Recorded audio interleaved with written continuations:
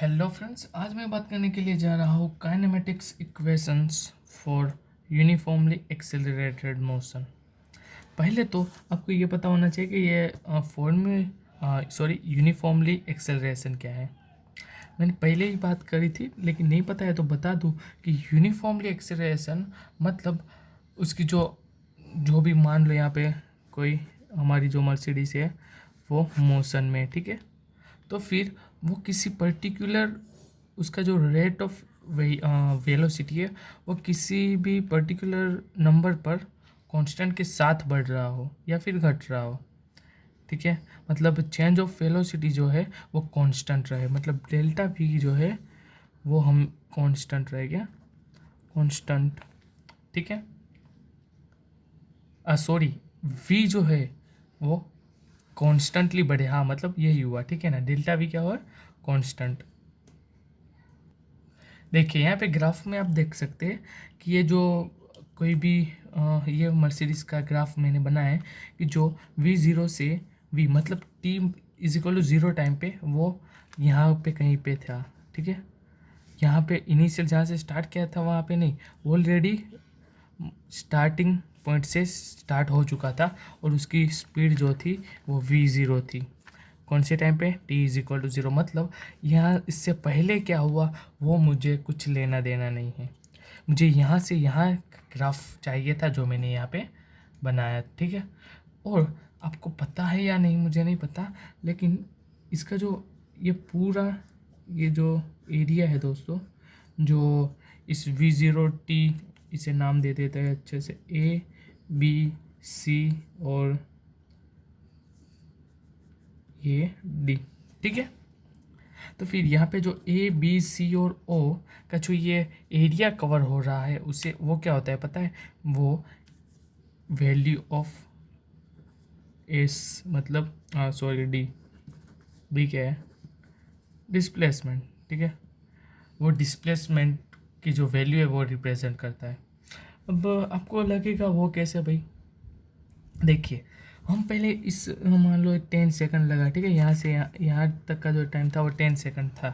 तो फिर वो जब यहाँ पे ज़ीरो टाइम था तब उसकी वैल्यू उसकी वेलोसिटी मान लो थी 1 मीटर बाई सेकंड, और जब वो यहाँ पर पहुँची तब उसकी थी 2 मीटर बाई सेकंड, ठीक है। ये जो देखे बढ़ रही, और यहाँ पर क्या है वो कॉन्स्टेंटली बढ़ रही है। तो ये जो लेंथ है उसकी वो क्या रिप्रेजेंट कर रही है, और उसकी जो इसने डिस्टेंस ट्रैवल किया वो रिप्रेजेंट कर रहा है, ठीक है। जो हर एक सेकंड पर जो थी वो बढ़ रहा था, इसीलिए यहाँ पे देख सकते हैं जो लाइन है वो भी वैल्यू ऑफ लाइन जो है बढ़ी हुई है। मिनिमम इतनी होगी, मैक्सिमम इतनी होगी। आई होप आपको अब समझ आ गया होगा। तो इस इक्वेशन में आपको पहले तो मुझे क्या फाइंड करना है, ए ओ सी बी का area, A O C B का एरिया, ठीक है। वो कितना होगा, तो इस ट्रायंगल प्लस स्क्वायर के प्लस जितना होगा, ठीक है। Triangle of A B C का एरिया, ठीक है, डिवाइड प्लस स्क्वायर का एरिया मतलब ए डी सी ओ का एरिया, ठीक है ना। तो फिर अब यहाँ पे पहले तो ये पूरा एरिया क्या है, वो क्या रिप्रेजेंट करता है, डिस्प्लेसमेंट, ठीक है। तो फिर अब यहाँ पर मैं डिस्प्लेसमेंट डी लिया है तो फिर मैं यहाँ पे डी ले लेता हूँ। यहाँ पे एस बी का इक्वेशन में लिया जाता है तो आप एस बी कुछ भी ले सकते हैं, ठीक है। यहाँ पे मैं डी ले लेता हूँ, तो फिर ये चलो डी हो गया। अब यहाँ पे सबसे पहले तो डी इज इक्वल टू, अब ये क्या है, ट्राइंगल, इसका एरिया है ये, जो क्या होगा 1/2 हमें पता है, हाइट डिवाइड बाय बेस, ठीक है। मतलब P D multiply by A D. अब यहाँ पर बी डी कितना है, वैल्यू ऑफ बी डी कितना है, वी, ठीक है। हाईएस्ट माइनस लोएस्ट ये वी है, ठीक है। वी माइनस ये वी माइनस v0 जब आप करेंगे तब आपको ये लेंथ मिल जाएगी, ठीक है। मतलब ये कितना है v माइनस v0, और ये टाइम कितना है 0 to t मतलब t, ठीक है। ये पूरी लेंथ कितनी है t। पहले हम यहाँ पे आ जाते हैं, अब स्क्वायर की मैं बात करता हूँ, ठीक है। ये स्क्वायर का क्या होगा हमें पता है, डी सी मल्टीप्लाई बाय मैं कर दूंगा ओ सी, ठीक है, डी सी मल्टीप्लाई बाय ओ सी। इस दोनों का मल्टीप्लिकेशन क्या होता है, एरिया होता है स्क्वायर का, हमें पता है।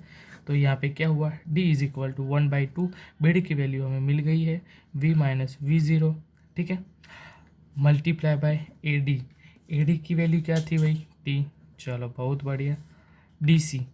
अब यहाँ पर देखिए डी सी क्या होगा, तो यहीं पे ही 0 टू वी ज़ीरो, तो वी ज़ीरो हो जाएगा। और टी की वैल्यू क्या, मतलब अब ये क्या है भाई, ये मैंने क्या लिख दिया ऐसा, ओ सी। अच्छा, ओ सी की वैल्यू क्या है, 0 टू टी मतलब टी, ठीक है। तो क्या हुआ, T is equal to 1/2 V minus V zero T plus V zero T.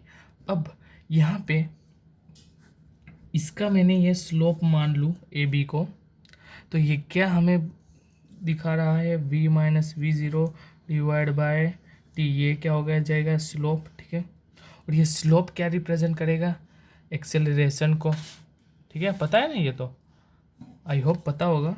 तो ये क्या हो जाएगा, a is equal to V minus V zero divide by, अब t है मतलब t को यहाँ पे ले लेता हूँ, तो v minus V zero is equal to A T. इस इक्वेशन को 1 मान लूँ और इस इक्वेशन को मैं इस इक्वेशन 2 में पुट कर देता हूँ, ठीक है। तो मुझे मिलता है क्या, 1/2 A T into T plus V zero T, तो हो जाएगा d is equal to V zero T plus 1/2 A T square हो जाएगा इस दोनों का, इक्वेशन नंबर 3। चलो ये है पहली इक्वेशन है, ठीक है, एक्सेलरेशन मोशन का जो काइनेटिक इक्वेशन की। चलिए कोई बात नहीं है, अब हम सेकंड जो है उसे फाइंड कर देते हैं।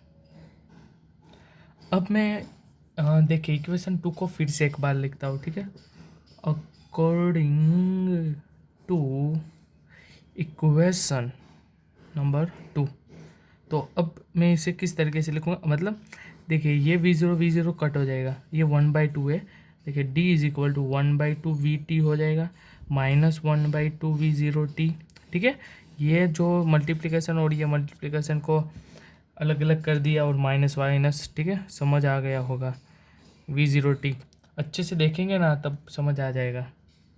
तो देखिए अब यहाँ पे एक आँखें में से आधा बचेगा, तो 1/2 V T minus V zero T 1/2 sorry, ठीक है।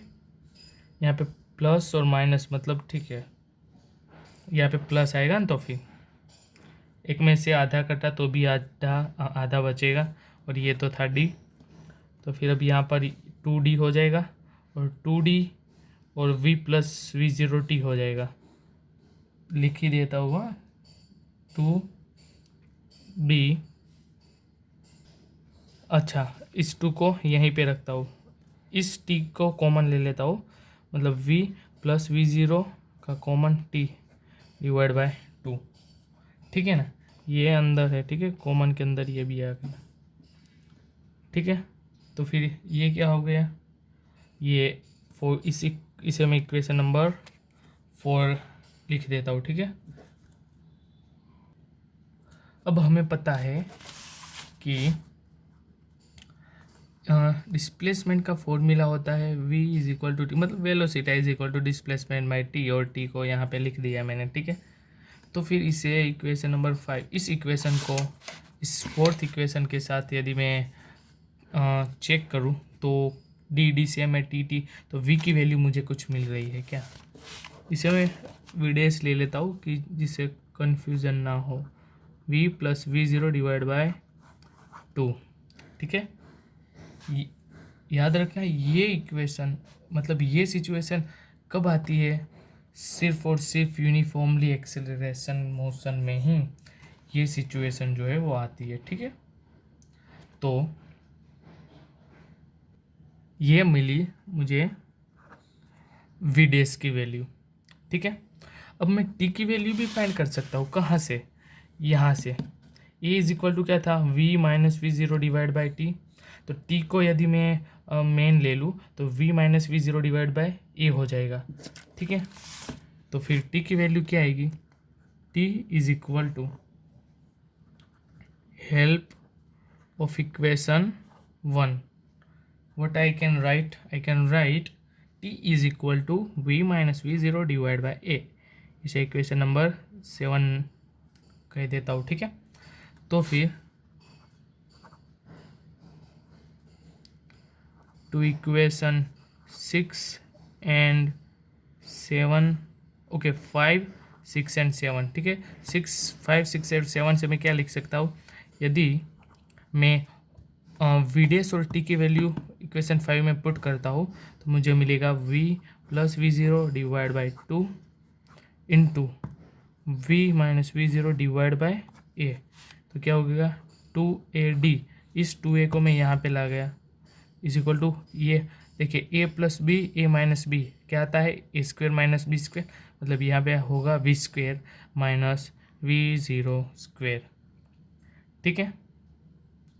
तो ये हमें मिल गया थर्ड इक्वेशन। तो ये हमने देख लिए 3 इक्वेशंस, ठीक है। अभी तो फिर आप इसे ग्राफिकली भी ग्राफ की मदद से भी आप इसे फाइंड कर सकते हैं। आप इसे डेरिवेशन के तरीके से भी फाइंड कर सकते हैं और इंटीग्रेशन के थ्रू भी इसे फाइंड कर सकते हैं। वो क्वेश्चन पे डिपेंड करेगा कि किस तरीके का क्वेश्चन जो है वो आपको पूछा गया है। तो बस आज के लिए इतना काफ़ी है।